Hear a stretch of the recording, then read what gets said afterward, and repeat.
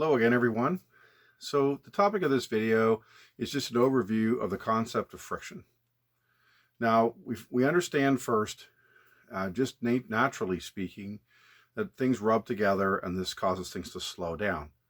In the world of engineering, we deal with both ways to slow things down or ways to prevent the slowdown. So friction can be both a strength and a weakness. And so we're going to look at some different kinds of examples of friction just to give you an overview of it before we get into the actual theoretical aspects of it. So hopefully you enjoy this overview of friction. It's easy when we think of friction to think of it as a negative thing that restricts motion. But of course, in our day-to-day, we need both functions. So let's look at, for example, the tires on your family's car. As you drive down the road, the tires grip the road to allow you to propel your car forward. They also keep the car going in the direction that you intended. If you turned the wheel to turn left, let's suppose, and the tires did not have any friction, the car would continue straight ahead. So there's an enormous amount of effort made in reducing the amount of rolling friction, which is where the tires crush and so forth. And then there's the other side of it where you want to have substantial friction available to you so that the car travels in the direction that the driver intends. And of course you can see the tread pattern here. And so a lot of research over the years has been done into the type of rubber that we use based on temperature and how well it gets rid of the water that can be on the road during rainstorms in the summertime and so on. So there's a great deal of thinking here.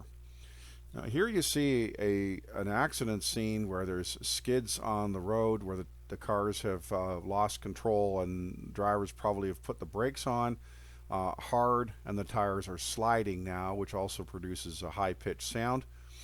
And this leads to these marks, which can be useful to police officers to determine the cause of an accident or exactly what happened. The next tire you see here is a winter tire, and you can see the treading is much deeper and wider, which will allow the snow to be ejected. And also it works better at colder temperatures. The rubber is softer than the summer tires, and so that during the winter time it doesn't become so hard. So that's one of the reasons why we don't drive in the summer with winter tires, because they'll get increased wear because the rubber is softer. And the next device we see here is kind of interesting because on one hand we want this device to have no friction, and at other times we want it to have a significant amount of friction. And this of course is a braking system for your car, and so these are largely what we call disc brakes. So the smooth shiny surface you see spins with the axle of the car. The device to the right, which is known as a caliper, remains fixed. And when you press the brakes, a mechanism inside that brings two surfaces to clamp against this spinning smooth surface. Now that spinning smooth surface is smooth on both sides, and in between there is an air area where the air can be drawn through to cool the surface. So we want the caliper to release completely when we're driving normally so that the car does not drive with significant friction. But we also want it to clamp when we need it to do so, and in a gradual way so that the braking that a car has is controlled. Brakes get hot because of all the energy that has been used to move the car along is now absorbed as heat.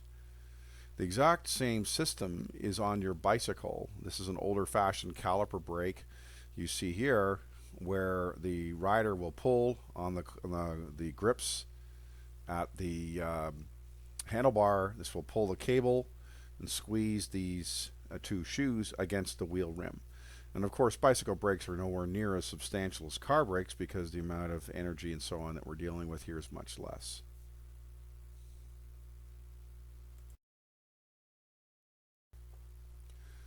Now here is a cutaway view of part of a modern car engine. Now these parts are spinning or moving back and forth quite rapidly in the neighborhood of about 2,000 RPM for a normal engine, And so if we divide by 60, we're looking at about 30 odd periodic motions per second. And if at the same time these parts have to fit very closely together, so any kind of rubbing at that rate is going to produce significant amounts of heat. So to allow the engine to even function, we have to do two things. We have to make sure, first, that the parts are properly machined so the engine does work, and second, we have to cool the engine because of the heats of combustion, and we have to lubricate it so that there's almost no friction at all between these parts. And this goes into a lot of the design of how a car engine is constructed. The next slide has a lubricant you're quite used to, and this is motor oil. On the left-hand side is the motor oil when you first put it in the car. The second is the used motor oil that has acids and other types of products that have contaminated the oil and made it less effective for your engine, which is why it's necessary to change your oil on a fairly regular basis. Other types of lubricants are not as viscous as oil is. They tend to be more so, and these are called grease. So for example, these gears, we grease these gears, and even though they spin fairly rapidly, they won't fling the lubricant away, and this allows the lubricant to stay put, so the grease is much creamier, much stiffer, and is used under those conditions. And of course, temperature is a factor in all of these lubricating type devices. Sometimes this in its own right is not sufficient, and we actually use devices that will provide and reduce the amount of friction. You see before you ball bearings. So what you have is an inner cassette, an inner ring, and an outer one, and as part of a cassette. And as the one spins, the balls that you see will roll. Now this still has some type of lubricant, typically some kind of grease, but this is really what supports the bearings. And this is often done when there's a fair amount of weight involved. Interestingly, as a sideline, historically, one of the targets of the Allies when they bombed Germany in the war were the ball bearing plants. That also, if you destroy the plants to make ball bearings, it's going to make a lot of different machinery and technology difficult to make. And this was, of course, the point. The next video gives you a short animation of a single cylinder 4-cycle engine running that shows you the motion that actually has to occur. Now they show it in a much more dramatic way, where they take the cycle up to 5,000 RPM, which most engines do not run. But even at 2,000 RPM is still a substantial amount of operation. So I thought I'd just show you briefly this clip. It was found on YouTube, and very cool because it shows you what's going on in the engine, and thinking all those moving parts moving so rapidly in all very, very close tolerances, so that the actual compression can be generated by the piston, which can then push on the crankshaft to give us the motive power we're interested in.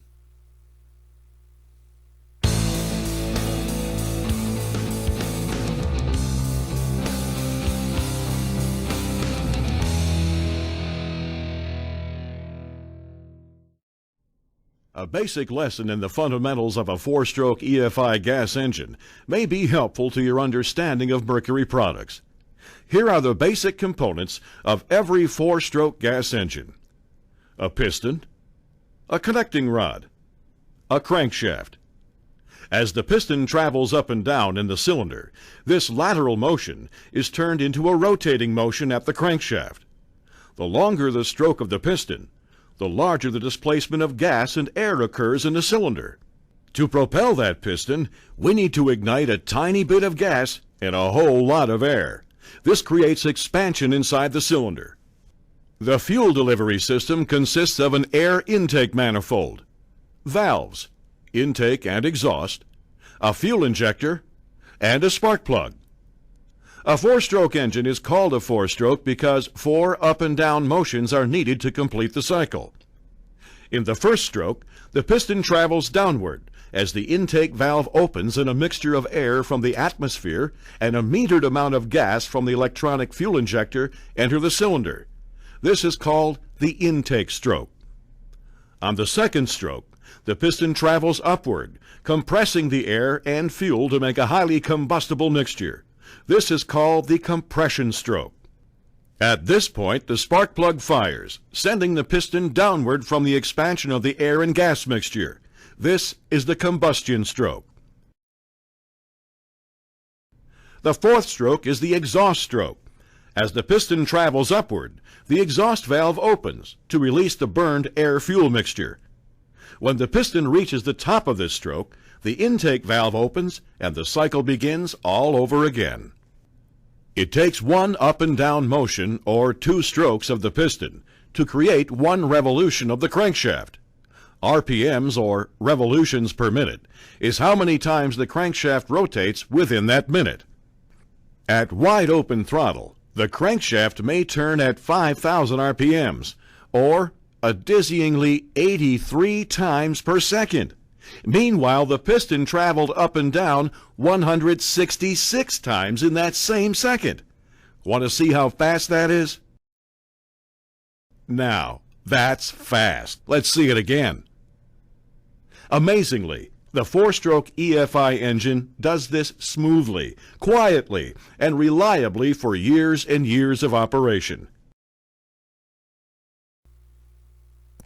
We can also see the need for the clever design of friction-based devices, be they for lubrication or to control, such as an example here of some process machinery in a fairly complicated factory situation. And so this whole management of friction in our mechanisms is a constant process. We can retreat, though, to simple hand tools. We'll look at this hammer right now that's lacking a grip. So imagine the entire hammer is just simply metal. If you were to swing this hammer and use it, because you don't have any grip on the handle, you have 2 choices. You're going to have to grip the handle very tightly, which is going to make it cause fatigue, or you risk the real chance of the handle of the hammer flying away as you swing it. So instead, when hammers are built, we add a grip to them that has a surface that connects well with the skin to allow, with a reasonable grip on the hammer, that the hammer will not slide out of the worker's hand. And remember too that often these are used in summer situations where the worker might be perspiring and so on, and the handle is could well be damp, it might be raining and so on, and all these things generally work out very nicely.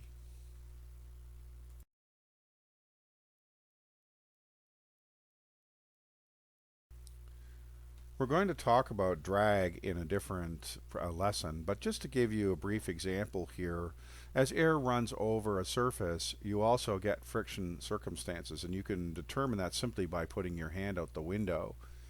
This is the leading edge of the wing of the Concorde. Now this aircraft flew, as you may know, at approximately twice the speed of sound, and gave transatlantic passenger traffic from about 1970 until its retirement in 2002.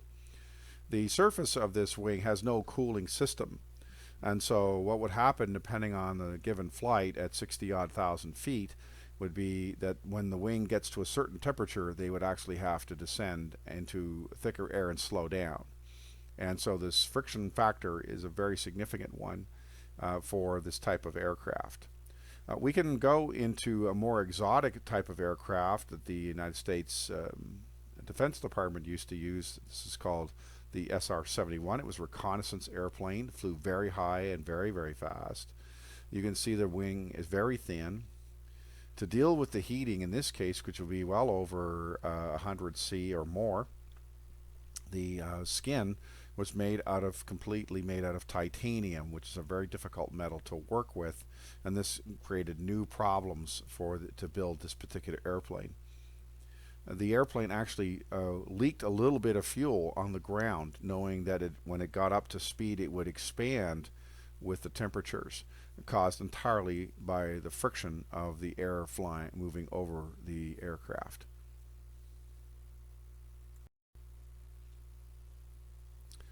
Here is a picture of a launch of the Saturn V moon rocket that was used in the late 1960s and early 1970s by the United States. Drag on the way up is generally not worried about too much. The spacecraft generally goes pretty much straight up until it's above the sensible atmosphere, and then it can start moving in the directions towards orbit. So we don't think of drag so much when we deal with spacecraft, but it actually is often very useful to us. If we look at this particular case, a spacecraft orbiting Mars wants to change its orbit, wants to change its altitude. And to do so, it can use much smaller rockets and just slightly go into the atmosphere on one end. That will slow it down a little bit, and they do this cyclically, and this can change the altitude of the orbit. And this whole process is known as air braking, and was first pioneered in the 1980s with the Magellan spacecraft. Of course, the more extreme case is what we call re-entry, where the spacecraft actually strikes the atmosphere at high speed. It's used as a very aggressive braking system for spacecraft returning from orbit or from the moon, and to slow them down adequately so that the parachute system will work and the spacecraft can return to the surface of the Earth at a survivable speed. And so we get into a lot of different areas here where friction makes a difference, and whether it is controlled or we try to minimize it. So there you have a lot of different applications of how friction affects our daily lives. And it's quite remarkable when you think about car engines and hand tools and airplanes and spacecraft and all these different kinds of friction that can exist. And I think that it's important that we keep our mind as broad as that when we're looking at concepts such as this. And again, friction can creep into many of our systems and make life complicated for us. Or, of course, in other situations, we desperately want friction to help us out and keep us safe. Thank you for watching.